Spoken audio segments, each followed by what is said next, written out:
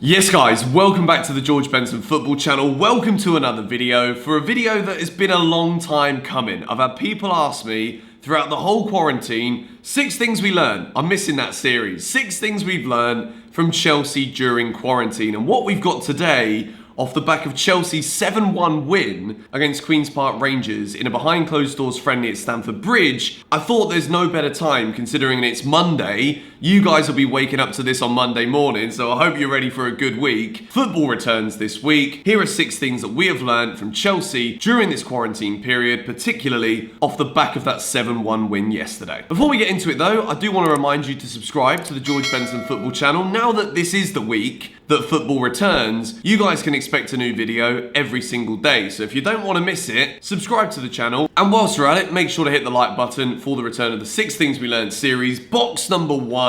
I have been so excited to just give this guy a green box for things that he actually does on the football pitch, as opposed to it being a green box for the excitement for his return. Chelsea hit 7 against QPR. Ruben Loftus, the big RLC, comes up with 2 of the goals. I'm still waiting, the same as you guys, to see the highlights. If you do want to see a video where we're reacting to the highlights of that game, then just let me know by leaving a comment and hitting the like button. Ruben back in the Chelsea fold. This is massive news for Frank Lampard. Whether Frank wants to go with a 4-3-3, we know that Ruben likes to play on the left-hand side of a 3 in the middle of the park, and when we get into one of the other boxes later, we'll see how another player who's had a big part to play in this game against Queen's Park Rangers could line up alongside Ruben in a midfield 3. Not only that, we know that Ruben's very good going forward. We know he's got a good physical stature as well, so defensively can get the tackles in the middle of the park. But if Chelsea want to use him as a number 10, we're looking forward to next season. I think a 4-2-3-1 with other signings lined up as well. A 4-2-3-1 with Ruben Loftus-Cheek in a 10 is something that we could see more regularly at Chelsea. So Ruben back in the goals with 2. He's getting a lot of minutes under his belt in these behind closed doors friendlies, which suggests to me that finally Ruben Loftus-Cheek is going to be back fully fit in the squad. So whether he starts against Aston Villa or not, we'll have to hear from Frank Lampard later in the week. But from what we're seeing, from the minutes that he's had in these friendlies, he's totally ready to step in again in the Chelsea first team competitively. Now, box number 2, I'm going to give a green box to both Pedro and Willian. I feel as though I've been slightly disrespectful to these 2 players during this quarantine, because Chelsea have been linked with countless amounts of wingers.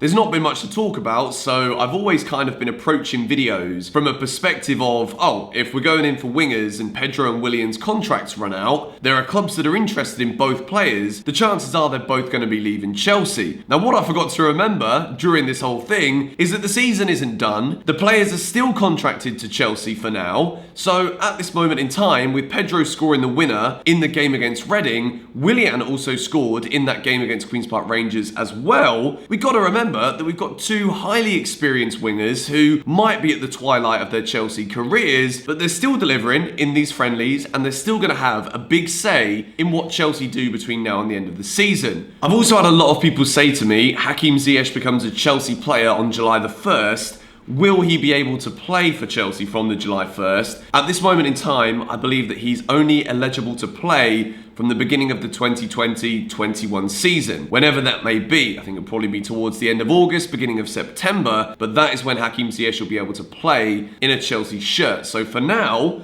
it looks as though behind the scenes, Pedro and Willian are still working very hard to make sure that whatever minutes they do have left in a Chelsea shirt, they're going to be right at the top of Lampard's list for players that could come in. With Hudson-Odoi picking up a little knock in training last week, we're going to probably need to rely on Pedro to start against Villa, and he scored the goal against Reading. We saw a nice little finish where it comes in off the post. Good goal from Pedro. And it's good to see these 2 players still in Chelsea shirts. Whether you think they're going to be there next season or not, they're still going to have a big part to play. So box number 3, and I want to dedicate this box to a man who's not played for Chelsea until these friendlies since January the 1st. Christian Pulisic got an adductor injury in that game against Brighton, and we've not seen him in a Chelsea shirt since. We've not seen a lot of people in Chelsea shirts since March, the middle of March at least, but January the 1st, it's now the middle of June, and we're finally seeing Christian Pulisic in a Chelsea shirt again. We mentioned Ruben Loftus-Cheek, not seeing him for over a year. That's going to feel like a new signing. Christian Pulisic Pulisic, before he got that injury against Brighton, was really starting to get into things at Chelsea. We were starting to see the flair. We were starting to see that ability to take on players, to move from the left wing into the number 10 position and to be a nuisance to Premier League defenders. Christian Pulisic, I can't believe it's been that long. We're now in the 6th month of the year. It's the 15th of bloody June, and we've not seen him since the 1st, which is absolutely wild. It's amazing to see Christian Pulisic get these minutes in these friendlies under his belt. The win against Reading, supposedly 1-0, little bit underwhelming, 7-1 against QPR. Pulisic didn't make it on the score sheet, but at this moment in time, it's just so good to see Chelsea with attacking options again before we actually get to confirm the signings that we've been talking about here on GBFC for quite some time. So I'm expecting big things from Christian Pulisic in the last 9 games of the season. We mentioned it in yesterday's video where we talked about Hudson-Odoi, how whatever minutes he gets between now and the end of the season are kind of a trial to see whether or not he'll be a starter for Frank Lampard next season. The same is to be said for Christian Pulisic, whether we see him in a 4-2-3-1 as a number 10 or on the wing in a 4-3-3 or a 4-2-3-1 again playing on the left or the right wing. Preferably the left with Pulisic. We do need to expect when football does return for Chelsea this weekend against Aston Villa, the intensity that we see from the performance might not be up to the same level that we saw in the 2 games at Stamford Bridge at home to both Everton and Liverpool before football was taken away from us. So hopefully with Pulisic getting these minutes under his belt, he can get as close to that form, particularly that game away at Burnley. Love to see a replica of that. Let's just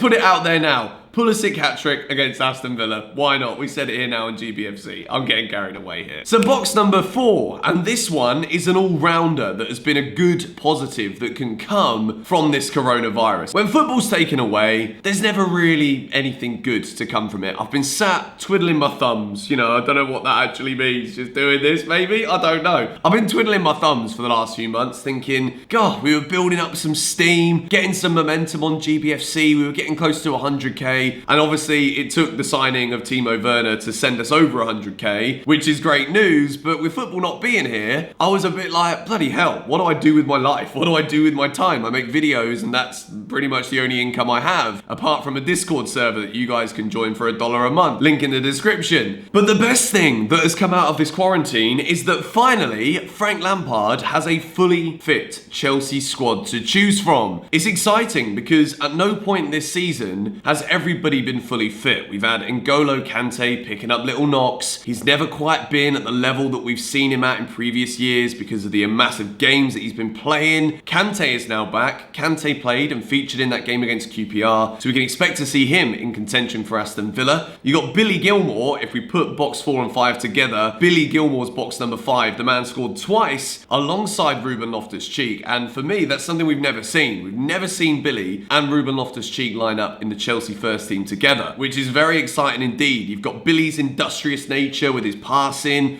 his ability to play in front of the back line, which gives Ruben more freedom to go forward. Imagine that alongside of Mateo Kovacic. It could be a very, very nice midfield 3. And I think we could see a Billy Gilmour, Ruben, Kovacic midfield 3 between now and the end of the season, maybe even against Aston Villa as well. The fact that Frank has got everybody to choose from now means that we can finally see part of Frank Lampard's long-term vision and philosophy as to what he wants this Chelsea team to play like. We can start to see that between now and the end of the season before all of the world-class additions come in this summer. Timo Werner, the other players that we've talked about no end on this channel potentially as well. This Chelsea team's only going to get better, and what we're going to see between now and the end of the season is Frank utilising the squad with everything that we've got to see what's fully needed and what isn't needed. And Chelsea have been doing that throughout this whole season. We know the players that are probably not going to be there next year. We know the areas of the team that need strengthening. Behind the scenes, Chelsea are already getting that business done. If we throw box number 6 on the screen as well, we know during this quarantine period that Chelsea haven't just been sitting there sleeping. I've said this a lot in terms of like a psychological perspective of what this quarantine can do to people. A lot of people think that the coronavirus is the big major issue. It is an issue, but the results of being stuck at home, being isolated, quarantined, it's meant that people have stopped working, people have stopped socializing, people have forgotten how to do basic things that we took for granted. Some teams might not have the financial capacity to be able to work on things things behind the scenes. There's a lot of teams in the Football League that are going to really struggle to remain entities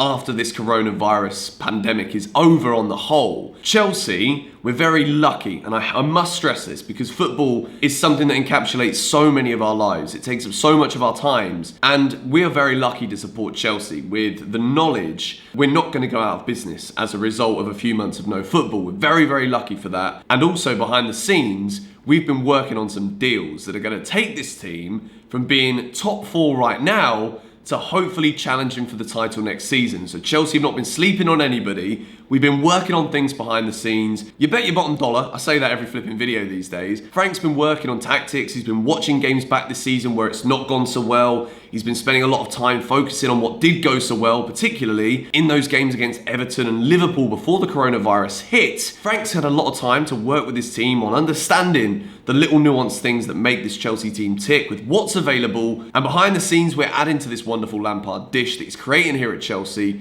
whereas next season, who knows what we can do. But yeah, this has been 6 green boxes. It's been a good quarantine from Chelsea. We've had 2 good wins in the friendlies that we've played against Reading and QPR. Aston Villa to come this weekend. It's going to be on Sunday. And I want to let you guys know that I'm hoping to do a few watch-alongs for Premier League games this week. I want to do City versus Arsenal if it's not too late at night here in Bali. I will be trying to do a watch-along for the Chelsea game as well, so stay tuned for that one. It's going to be the place you want to be. We can watch it together. We can't be in the stadium, so that means no match vlogs. So if we can watch the games together and enjoy it, then of course that's exactly the choice I'm going to take. 6 things that we learned. It's back, baby. I'll see you all soon. Bye-bye.